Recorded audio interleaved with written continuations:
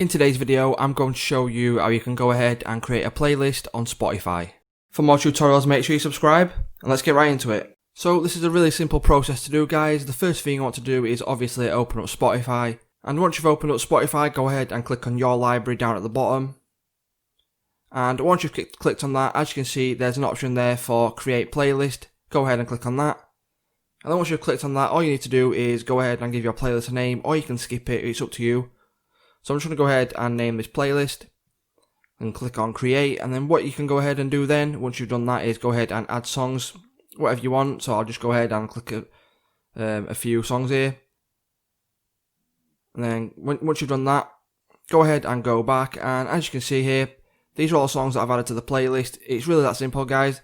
If this video did help you, please take 2 seconds just to subscribe to the channel, like the video and all that good stuff. It really helps me out. But without further ado, guys, thanks for watching, and I'll see you in the next one.